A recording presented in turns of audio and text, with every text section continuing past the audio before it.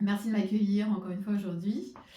C'est peut-être pas une évidence pour tout le monde, en tout cas ça l'était pas pour moi, mais la thérapie brève et systémique, ça peut aussi s'appliquer pour les problématiques de couple.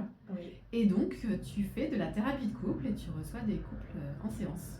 Oui, parce que souvent quand on dit que la thérapie brève est stratégique, on ne soigne pas les gens, mais on soigne la relation. Alors là, c'est particulièrement vrai. C'est-à-dire qu'on peut avoir deux personnes qui sont adorables, mais souvent il y a un problème de communication qui est lié sur le ressenti, sur l'émotionnel, sur la façon de voir les choses différemment. Et donc, on travaille souvent en couple. Alors quand on parle de thérapie de couple, il faut être attentif. C'est pas que il m'arrive fréquemment de recevoir d'abord le couple, mais souvent, je vais poursuivre chacun de leur côté.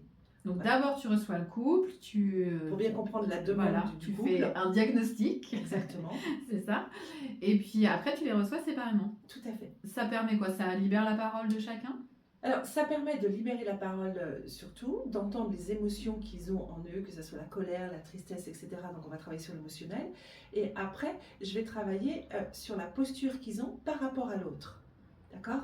Et donc, c'est bien le fait de modifier la relation qui va faire qu'après, on va repartir sur les mêmes canaux. Souvent, je dis, moi, je reçois des couples, il y en a un qui parle chinois, l'autre le répond en anglais. Donc, forcément, ils ne se comprennent pas. Et mon objectif, c'est d'arriver à les recadrer au même niveau pour pouvoir réinstaurer la communication. Oui, et puis c'est pas un a raison et l'autre a tort.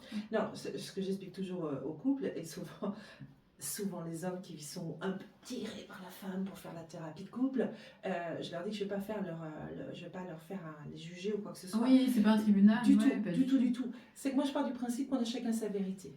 Et qu'il n'y a pas de bonne ou mauvaise vérité, c'est qu'en fonction de notre éducation, en fonction de notre vie familiale, en fonction de notre parcours professionnel, de notre émotionnel, etc., de nos apprentissages, on est ce qu'on est. Et que l'autre aussi. Donc souvent, on va passer son temps à essayer de dire tu as tort, j'ai raison. Non, on a chacun sa vérité. Et donc l'idée, c'est pas de dire tu as tort ou tu as raison, c'est qu'est-ce qu'on peut faire pour avancer ensemble. Toi, tu crées des passerelles.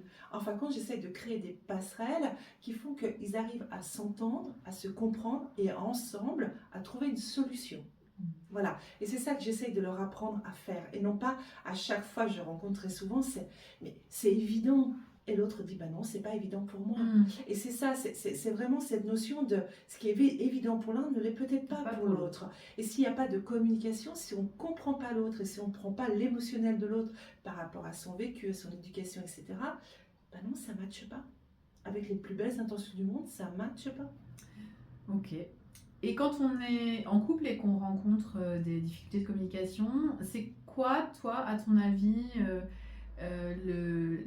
l'indice qui dit, bon là, ok, on n'y arrivera pas tous les deux, il nous faut un petit coup de main extérieur et pourquoi pas du coup...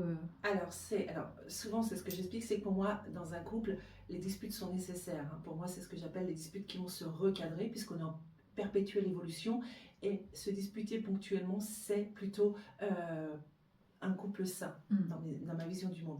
Par contre, c'est quand les conflits, les bouderies, les silences, les tirages de gueule sont fréquents.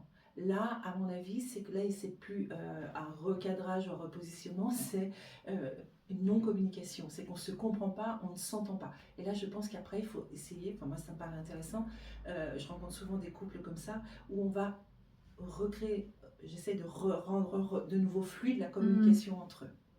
D'accord. Donc il faut bien retenir, c'est que la thérapie brève et stratégique de couple, c'est pas on travaille toujours en couple. On peut travailler en couple et ponctuellement individuellement, puis après retravailler en couple et voilà, et voir l'évolution du couple. Et bien sûr, comme toujours, la thérapie brève, c'est aussi on travaille à la maison. Donc moi, je leur donne les devoirs, exercices, toujours les devoirs.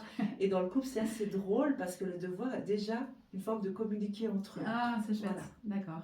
Ok, bon, bah écoutez, si vous vous sentez concerné, prenez rendez-vous avec Claire, elle sera ravie de vous recevoir. Avec plaisir. Et puis pensez à vous abonner pour nous suivre.